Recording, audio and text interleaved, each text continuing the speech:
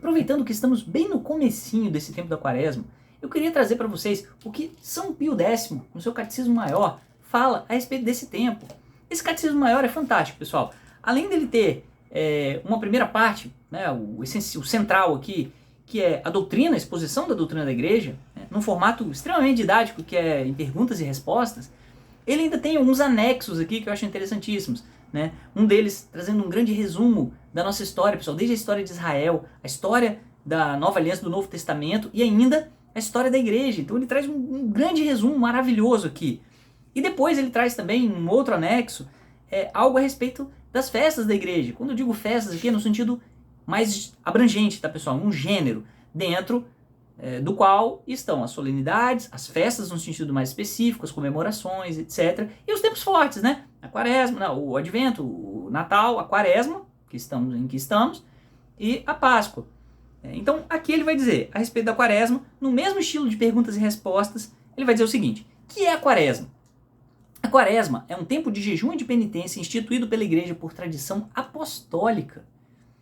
Para que fim foi instituída a quaresma? Ela foi instituída, primeiro, para nos fazer conhecer a obrigação que temos de fazer penitência em toda a nossa vida, da qual, segundo os santos padres, a quaresma é a figura. Então olha que barato, pessoal. A quaresma, de todos os tempos litúrgicos, ela é aquela que mais representa o que é a vida do cristão. A nossa vida é um desterro. Aqui nós somos peregrinos, passando pelo deserto, por isso que ela relembra aquela passagem do povo no deserto, né? Rumo à terra prometida, que é o céu. E na medida em que esse povo caminha no deserto, ele vai se despojando de tudo que aí tem e confiando perfeitamente no Senhor, então crescendo na fé, na esperança e na caridade. Então é um tempo de penitência, da gente se despojar do nosso amor próprio, de modo a amar a Deus, né, sobre todas as coisas, mais do que a nós mesmos, oferecendo a Ele sacrifícios de amor, né, amando até o desprezo de nós mesmos. E eis a conversão, passamos do amor a nós mesmos até o desprezo da vontade de Deus muitas vezes, em muitas coisas, nós nos convertemos ao amor a Deus até o desprezo da nossa própria vontade muitas vezes, né? Então eis a grande conversão da quaresma.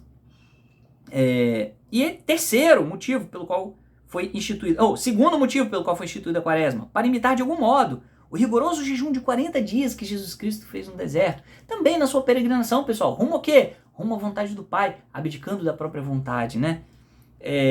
E terceiro, para nos preparar por meio da penitência para celebrar a festa da Páscoa. Bom, próxima pergunta. Por que se chama Dia das Cinzas o primeiro dia da quaresma? Chama-se o primeiro dia de cinzas, né, da quaresma, o dia de cinzas, porque a igreja impõe as cinzas naquele dia na cabeça dos fiéis. E ele vai dizer, tá, mas por que a igreja impõe essas cinzas?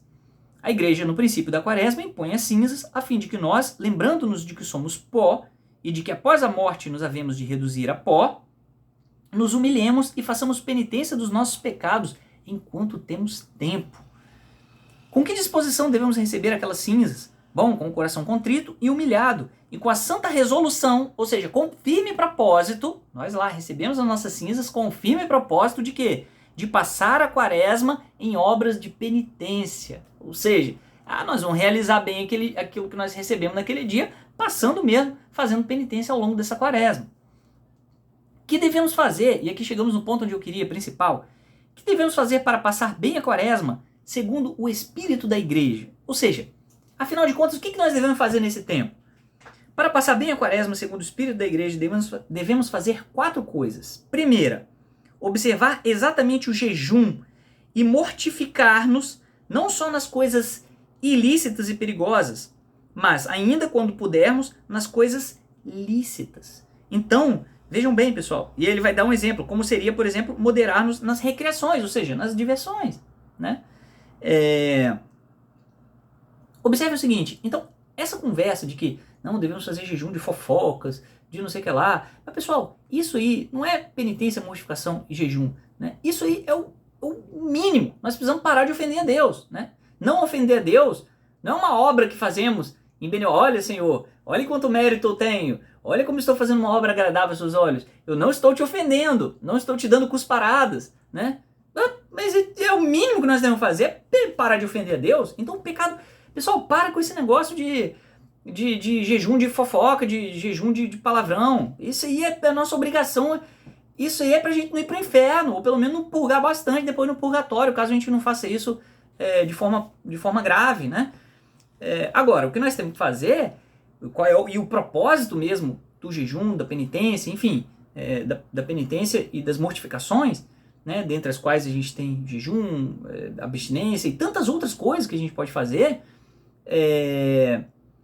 o propósito não é a gente parar de ofender a Deus, é o básico. O propósito é a gente aprender, pessoal, a amar a Deus mais do que a nós mesmos. É a gente suportar alguma coisa por Ele, né? Porque o amor consiste nisso, você suportar alguma coisa pelo objeto do seu amor. Aprender a fazer sacrifícios de amor a Deus. Amar a Deus até o desprezo da nossa vontade, que sempre vai na direção contrária, porque a gente é inclinado a se amar mais, né? A gente é inclinado a se autopreservar, né? Então amar a Deus acima dos nossos desejos, das nossas vontades, do nosso desejo de como ele deu exemplo aqui, né?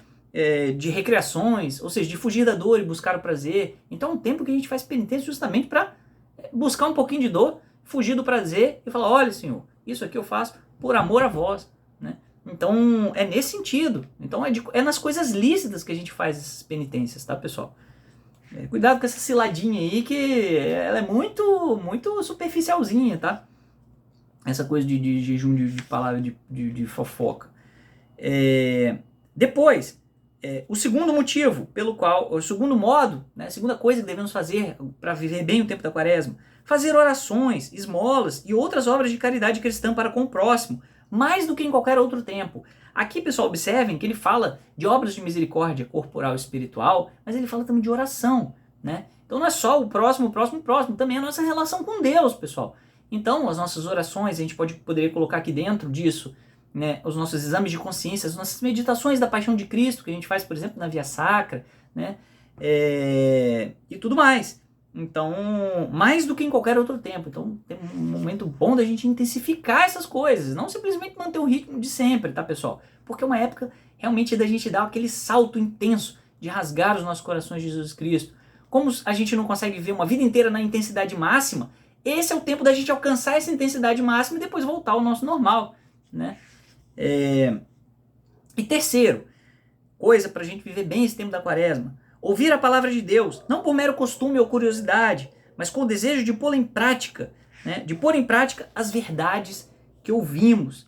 Então, pessoal, a gente tem, por exemplo, aqui no canal, né, por exemplo, nos domingos, a reflexão sobre a liturgia da palavra. Os domingos da quaresma seguem uma sequência lindíssima, e a gente vai fazer isso lá, né? E a gente tenta nesse negócio, eu tento colocar, levar o sentido pleno as 3 leituras, cada uma delas e o conjunto delas, que é o sentido máximo, é tudo aquilo que Deus quis nos dizer quando nos criou, né? E Ele nos diz por sua palavra de 1000 modos diferentes, né? Aquela grande coisa que está no coração de Deus, né? Então é importante a gente meditar dessa forma, né? Segundo esse sentido pleno.